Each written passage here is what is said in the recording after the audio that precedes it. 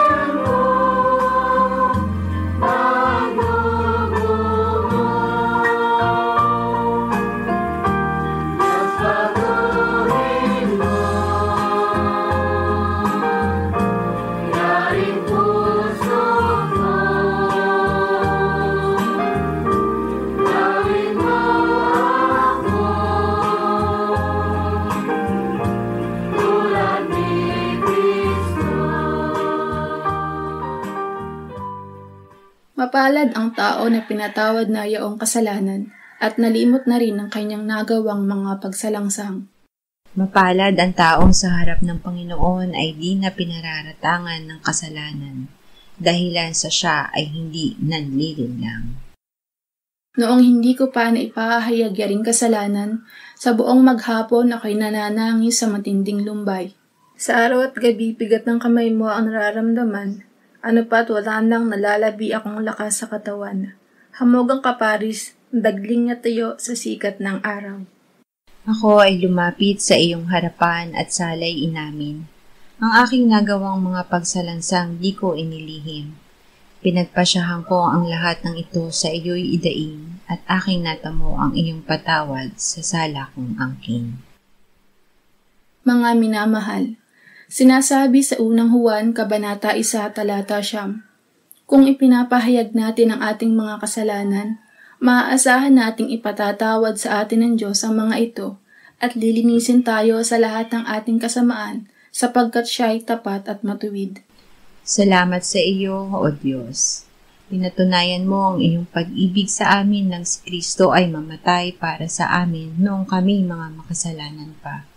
Ngayon ay buksan mo ang aming mga labi at kami ay magpupuri sa iyo.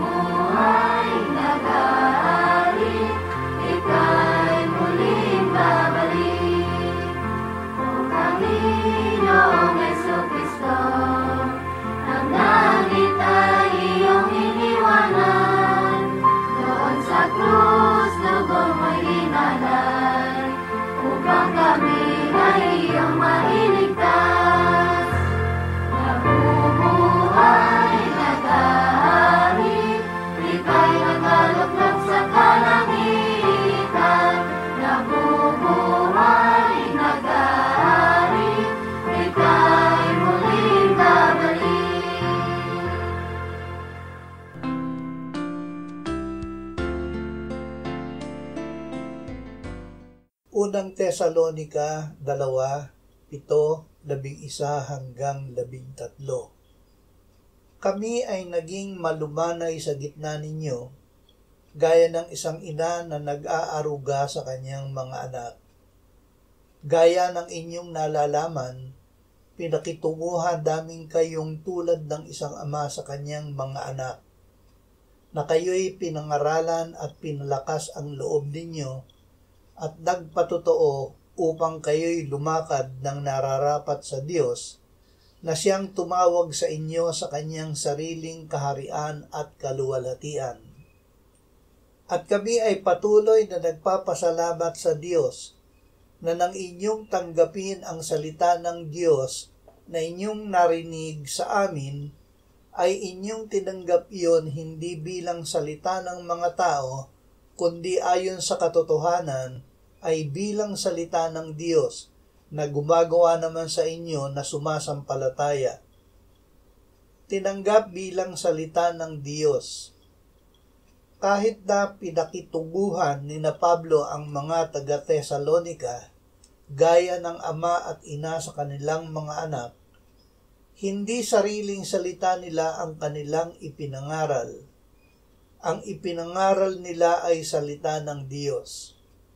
Kahit ang narinig ng mga taga-Tesalonika na nangaral ay tao, tinanggap nila ang narinig nila hindi bilang salita ng tao, kundi bilang salita ng Diyos.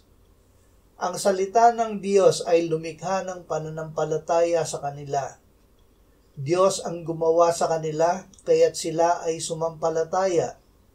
Ang gawa ng salita ay hindi gawa ng tao, kundi gawa ng Diyos.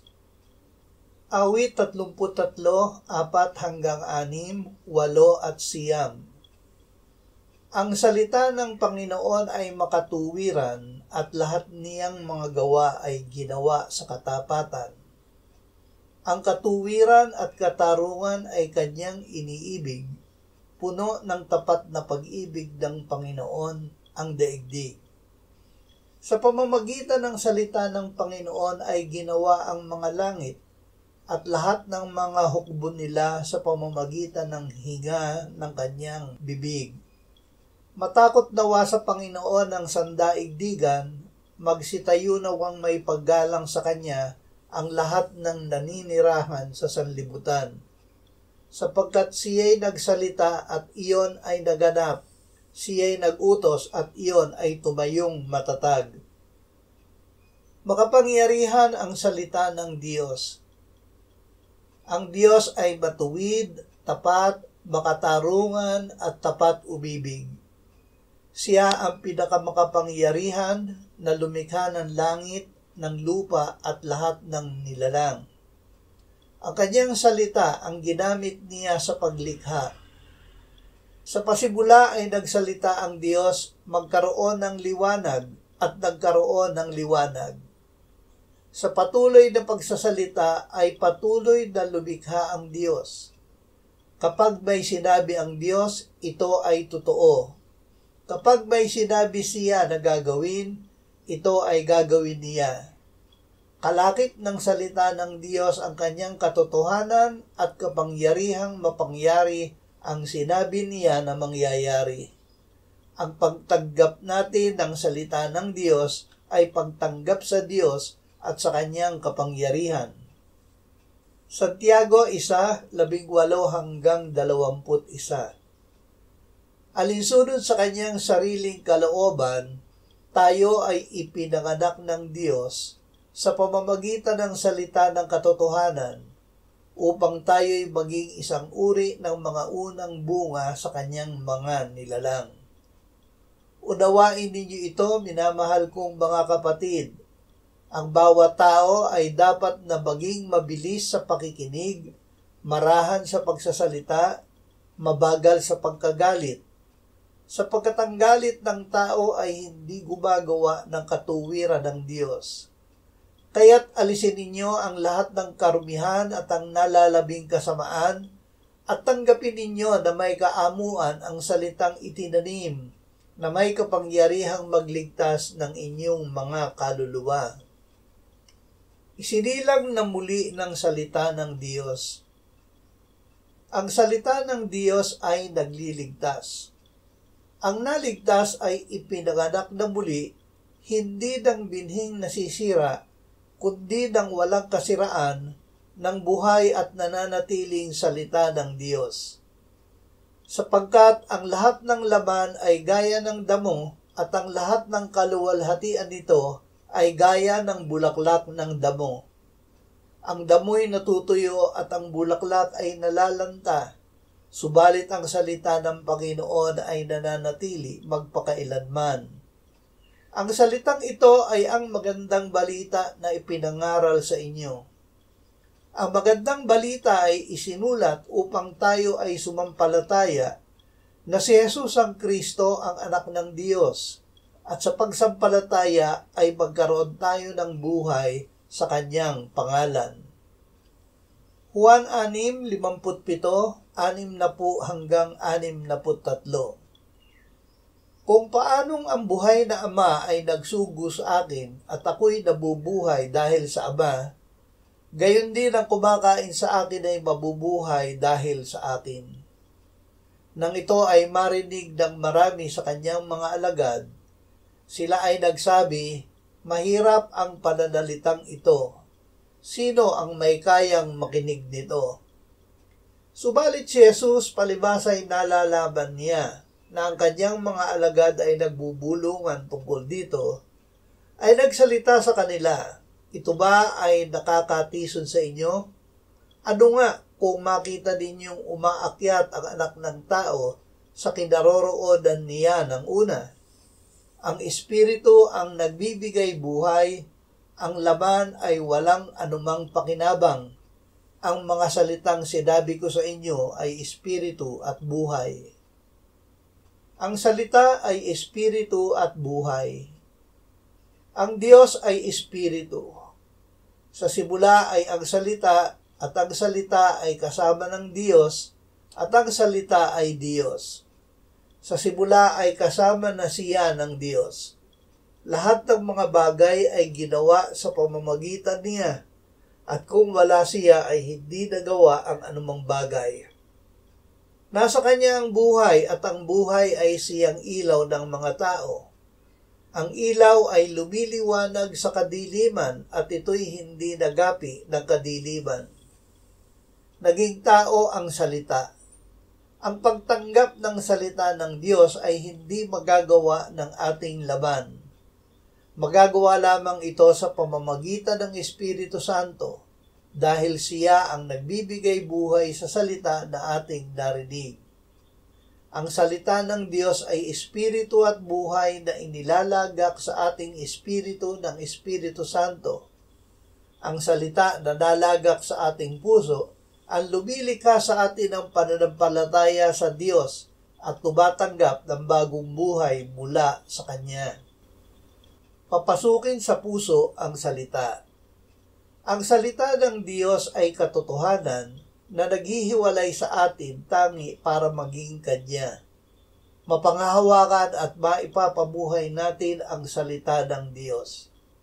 Kapag ito ay ating naunawaan, ilagak natin ito sa ating puso. Ang salita na nasa ating puso ay ating isabibig at gawin. Sa paggawa ng sinasabi ng salita, mararanasan natin na ang Diyos at ang Kanyang kapangyarihan ay nananahan sa atin, at siya ang gumagawa sa atin upang magawa natin ang Kanyang mga gawa.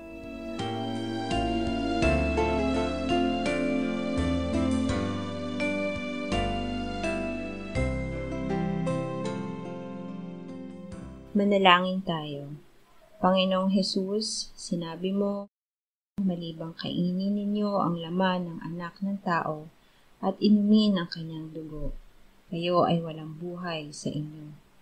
Ang sino mang kumakain ng aking laman at umiinom ng aking dugo ay may buhay na walang hanggan, at akin siyang muling bubuhayin sa huling araw. Sapagkat ang aking laman ay tunay na pagkain, at ang aking dugo ay tunay na inumin. Siya na kumakain ng aking laman at umiinom ng aking dugo ay nananahan sa akin at ako sa kanya. Kung paanong buhay ang Ama na nagsugo sa akin at ako ay nabubuhay sa pamamagitan ng Ama, gayon din siya na kumakain sa akin. Siya man ay mabubuhay sa pamamagitan ko. Panginoong Hesus, aming tagapagligtas, tinatanggap ka namin sa oras na ito bilang aming tinapay ng buhay. Tinatanggap namin ang iyong katawan na ipinako sa krus, namatay, inilibing, Pinuhay na muli at iniakyat ng Ama sa kanyang kanan sa langit bilang aming tunay na pagkain. Tinatanggap namin ang iyong dugo na nabuhos sa ikapagpapatawad ng aming kasalanan bilang aming tunay na inumin. Manahan at mabuhay ka sa amin upang kami ay mamuhay sa pamamagitan mo kung paanong ikaw ay namuhay sa pamamagitan ng Ama. Salamat, Ama, sapagkat dahil kay Kristo, kami ngayon ay nakapamumuhay, kasama mo kaisa ng Espiritu Santo. Sa iyo ang lahat ng kalwalhatian, ngayon at magpakailanman. Amen.